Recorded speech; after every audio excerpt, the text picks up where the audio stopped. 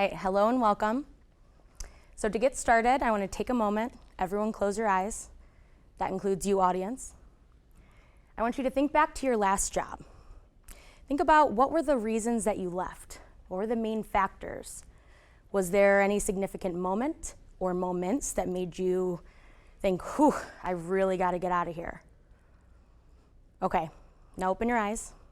I want to ask 3 volunteers to quickly share their factors by a show of hands. Deborah? Leadership and culture. Okay, leadership and culture. Heather? Marginalization. Marginalization. Ogechi? Morality. Morality. Wow, thank you all so much for sharing. I really appreciate it. So my name's Ciara Flotka. I'm a doctoral student studying organizational development and change at Bowling Green State University. Recently this summer, I was studying the impacts and factors that were causing so many people to switch jobs over the last 2 years. But my interest didn't stop there.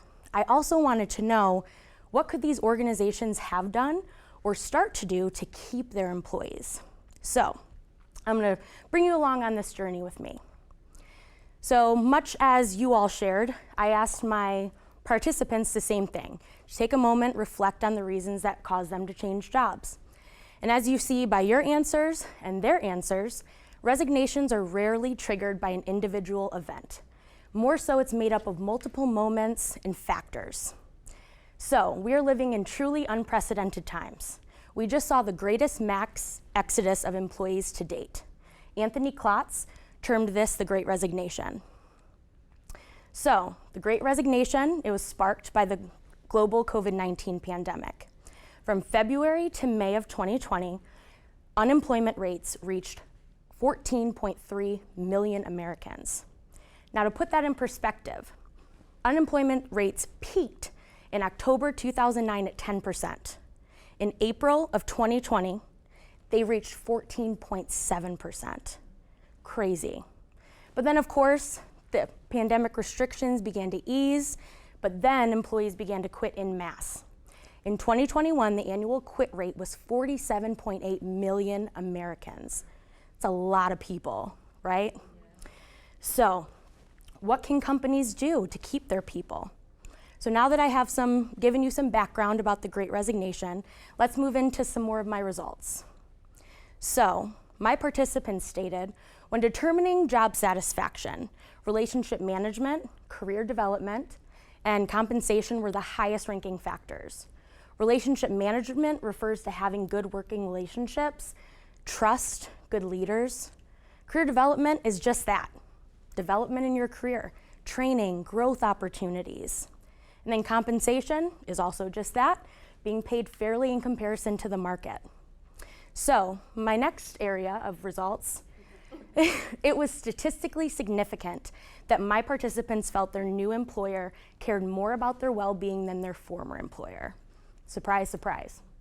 Also, not only were they asked about the factors that led them to leave their jobs, I also asked them what could their company have done to get them to stay. 85% of my participants stated the same factors that caused them to leave were the same actions the employers could take to get them to stay. So I think we have a case of the not listenings, right? So now we know that employees weren't being listened to. They felt their well-being wasn't being cared about. We know that they ranked relationship management, career development, and compensation as the highest determinants of their job satisfaction. So what do? What do change agents do right now? Well, for starters, we can help our organizations by encouraging them to increase compensation to match the market and inflation. That's big, and inflation. So we can also encourage them to keep conducting employee engagement surveys and exit interviews, but don't just collect the data. Encourage them to actually immerse themselves in the results and take actionable steps on that data. But then, change agents can also help their organizations by implementing a retention trifecta approach. So the retention trifecta is an approach that I crafted based on my study results and the reviews of the current literature. It has 3 components. So relationship management is the top focus. We should be encouraging our organizations to have a strategic focus from top down on building great relationships, trust, Then the next component is crafting and implementing individualized retention measures.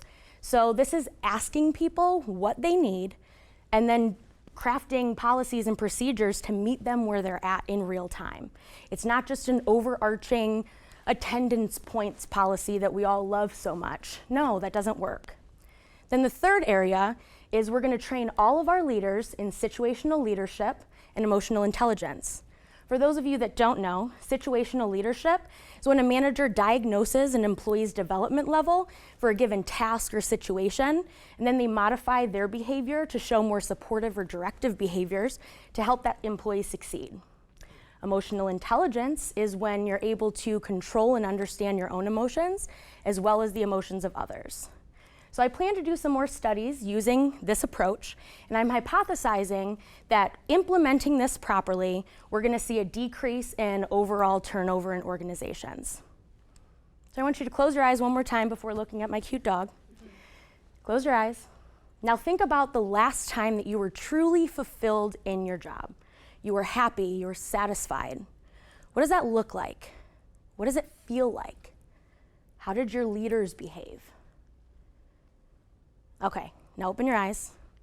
Now, I want to leave you with this vision or memory as inspiration to continue your change work and also increase your positive impact on not only your organizations, but also the people that work there.